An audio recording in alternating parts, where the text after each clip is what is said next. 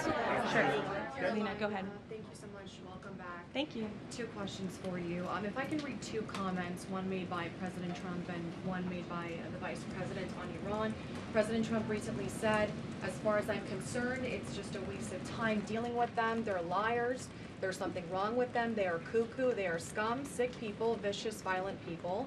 And then Vice President Vance went on Joe Rogan last night and he said, I'm very frustrated by the Americans and frankly by people in other countries who say you cannot negotiate with the Iranians. So your response to these contradictions, because I think you can understand how that's confusing for Americans with this mixed messaging. And then second question for you, at least 6 Americans are still detained in Iran. Will President Trump make this conditional, a point of condition in continuing these conversations with the country as well as political prisoners and also people that are still being executed in Iran to this day? Sure. To your second question, I'll never create a red line or a condition on behalf of the president without his blessing. I haven't heard him say that, but obviously ensuring the return of Americans wrongfully detained or held hostage all over this world remains a priority for him, and he has done so in a tremendous way over the course of the last year and a half. Americans from all over the world have returned home thanks to this president and the efforts of his national security team. To your first question about the comments between the president and the vice president, respectfully, I do think you're taking comments from different times throughout this conflict and kind of asking me if these are contradictory of each other. I can tell you the president, vice president are on the exact same page about where we are right now in this conflict. And the fact that you do see elements of what's remaining in the Iranian regime that are more willing to make a deal, and then other elements who are not so maybe willing to make a deal, shows that Operation Epic Fury was incredibly effective because we neutered their ability to communicate with one another, and they are a fragmented system. They are not the once very strong, powerful terrorist state that they were before this operation, which was one of the ultimate goals. So we'll continue to work through the process, and as I said, the president will hold them accountable when they turn their back on the words that they state to the United States, but he is always open to diplomacy at the very same time. Thank you, Caroline. Sure. Regarding the president's speech tonight, he's been in office over 540 days now. If what he says is tonight is backed up by evidence, why hasn't anyone been charged? Well, he hasn't revealed it yet. He hasn't declassified the documents yet, and you will see what he says tonight, and then we'll move forward appropriately from there. Tonight from the Justice Department? I don't speak on behalf of the Justice Department, Caitlin, you know that. Rachel, By evidence, will there be charges? you'll have to ask the Justice Department. I don't charge people. I just speak on behalf of the president. Rachel. Thanks, Caroline. Welcome back. Just a point of clarification really quick. On the staffer who is accused of profiting off of the president's speeches, you said he'll no longer be working here. Is he on administrative leave or is he going to be fired after October? He's on unpaid administrative leave right now. Okay. And just to follow up on the president's speech tonight, I mean, we've been talking to a lot of Republicans over on Capitol Hill. They have said that focusing on the economy is the right way to go ahead of the midterm elections. They believe that's what voters care most about. What does the president say to Republicans who think that focusing on the 2020 election, election integrity, all of these issues right now is not the right approach so close to the election? Well, again, you guys have not heard the speech yet, so I would digress with the criticism until you actually hear what the president is going to say and what he's going to say when he addresses the American public. I would also add again that the administration and especially this president are able to walk and chew gum at the same time and tackle a number of issues on a number of different subjects every single day. We see that president do that working around the clock on foreign policy, on domestic policy, all of the time. You all report on it, you have to keep up with it, so I think you can agree with me on that point. And I would also add the president will continue to be traveling all around the country to talk about the economy. We were just in Pennsylvania a couple weeks ago touring a Mack truck facility, which has been greatly strengthened and enriched because of this president's economic policies over the last year and a half, and he loves doing that and he will continue to do so. Jennifer, go ahead. We have seen with the increased community strikes a real decrease in traffic through, commercial traffic through the Strait of Hormuz. What is the U.S. doing right now to facilitate flows through the Strait of Hormuz and preemptively address the risk that Houthis will actually choke off the Red Sea oil route and that prices will increase further before November? Sure. Well, two separate questions. First, let me address what's happening in the Strait right now. We know that there is a blockade of ships directed by the president for ships entering and departing Iranian ports only. This has been fully implemented and is in full force. This blockade was reimposed due to Iran's inability to honor their agreement with the United States of America. More than 10,000 U.S. sailors, Marines, and airmen, along with 2 aircraft carriers and more than 20 warships and dozens of aircraft, are executing the blockade mission as we speak. And during the first 24 hours of the blockade, U.S. CENTCOM has redirected 2 compliant commercial vessels and disabled 1 non-compliant vessel. So look, the strait is open for ships that are not traveling to and from Iranian ports specifically, and the U.S. Navy is there to ensure that can take place. With respect to gas prices, as you know, the price of oil right now is approximately $80 a barrel, maybe a little less. Before I came out here, that's what it was at. Gas prices are down approximately 60 cents a gallon off the peak of this conflict, and the president was honest with the American people from the beginning. There may be temporary disruptions in the oil market, but what we haven't seen is what all of the naysayers said, that there would be massive increases in the price of oil that so many warned about. And that's in large part because of the president's domestic energy policies here at home to revamp our domestic production here, but also the administration has taken many swift actions to mitigate these temporary disruptions. As you know, we've released oil through our SPR, the Jones Act waiver, which has been incredibly effective, fuel environmental waivers. We also, the president signed the Defense Production Act to restart California oil production.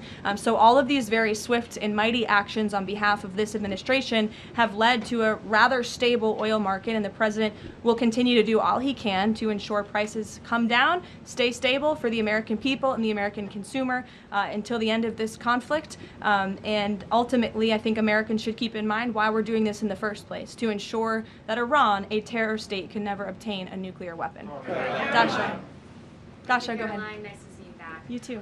2 questions, one on tonight and one on immigration. It strikes me listening to the conversation in this room about Iran, given the questions that folks on both sides of the aisle have about strategy and endgame, given that the United States has intensified strikes on Iran, typically in a time of conflict, when the president gives an address to the nation, you would expect him to address this conflict. Number one, will he talk about Iran, and why is that not the major topic of his speech?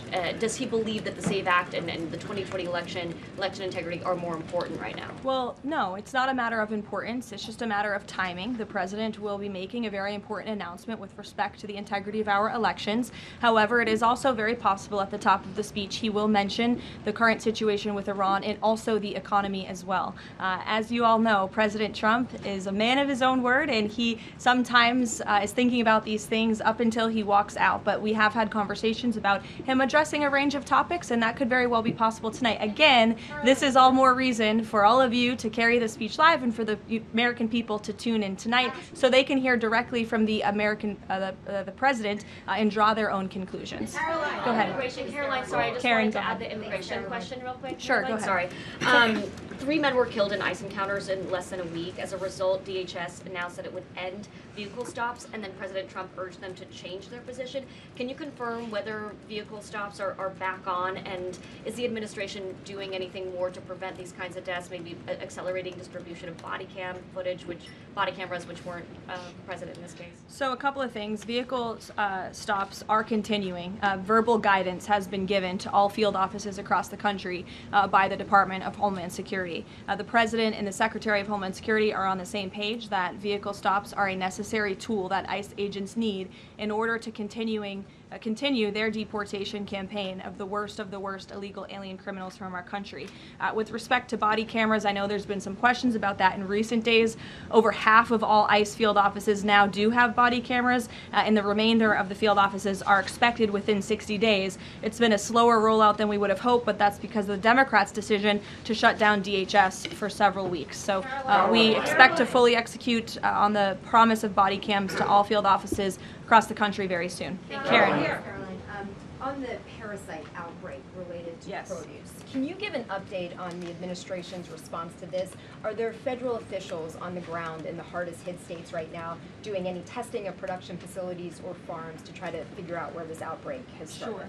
Well, what I can tell you, having been back at the White House for just a couple of short weeks, I've been in meetings on this very topic, and I can tell you the White House is closely monitoring the situation, has a handle on the situation. We're committed to providing the CDC and the FDA the resources that they need, and we urge all Americans to follow CDC guidance on properly washing and cooking raw ingredients to prevent this foodborne illness. As you know, there has been an unusually high number of cases. There are typically thousands of cases of this outbreak every year, but there has been an unusually higher number, and that's why we're working with the FDA and other partners at the federal, state, and local level to increase detection methods, provide the guidance, and then also, most importantly, trace the outbreak back to its original source, which we are currently in the process of doing. Lack of permanent leadership at the CDC and FDA and any funding cuts, has that slowed the response to figure out where this outbreak has started? No, we've talked to the CDC and FDA specifically about that, and not at all. They have the resources they need to make sure that Americans are fully informed and protected from this illness during this time. Caroline, please. Caroline, welcome back. Thanks. Last year, the administration signed a critical minerals deal, mining deal with Kazakhstan for a little-known U.S. company. It was an agreement that President Trump and Howard Lutnick got tentative approval for with Kazakhstan's president in September. 6 days before the deal was signed, which was in November, the president's older sons with other partners took a 20% investment in a company related to the deal. What did the president know about his son's involvement in this arrangement, and when did he find out about it? From my understanding, Maggie, nothing. I've spoken to the president and his family about this. They would absolutely never do anything that would put the president in a place of a conflict of interest. And we have timelines to give you and to provide you, which we did to the news media at the time when this story broke, to prove that very point that I just made. Sorry, just 1 second. So the president did not learn about it until it was in the media? That was when he found out? That's my understanding of the matter, yes. Thank you very Carrie, I'll much. go to you after just. Thank you. Sure. Thank you. Go ahead. Me? Okay. Why don't we just- Okay, thank you very much, You Mr. work. Curtis. Starting You in are the back. very welcome back. Okay. Thank you. Yesterday, Iran launched a drone attack against U.S. facilities in Erbil, threatening American personnel and the Kurdistan region, one of the American closest partners in the Middle East. What is your message to those responsible? And are you staying with your loyal ally in the Middle East and at least helping them to defend itself? Who launched the attack? You're saying Iran, Yes, Kurdistan of course. region. Well, I think I've addressed that previously in saying that Iran has unfortunately shown to violate the word that they struck with the President of the United States. They're paying consequences for that in the strikes that the President has authorized in the recent days.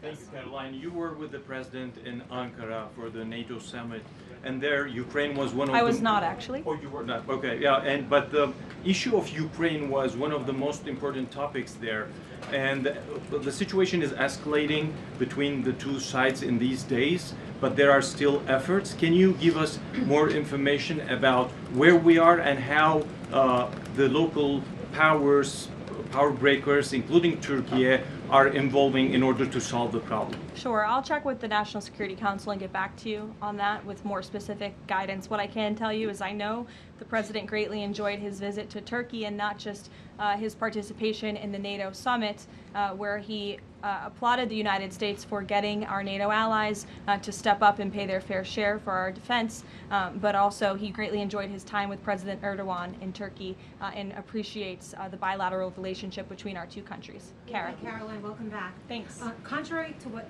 the mainstream media is reporting, Americans that I speak to care deeply about election integrity. This is true. Why do you think the mainstream media is so fearful of tonight's speech and anything to do with election interference?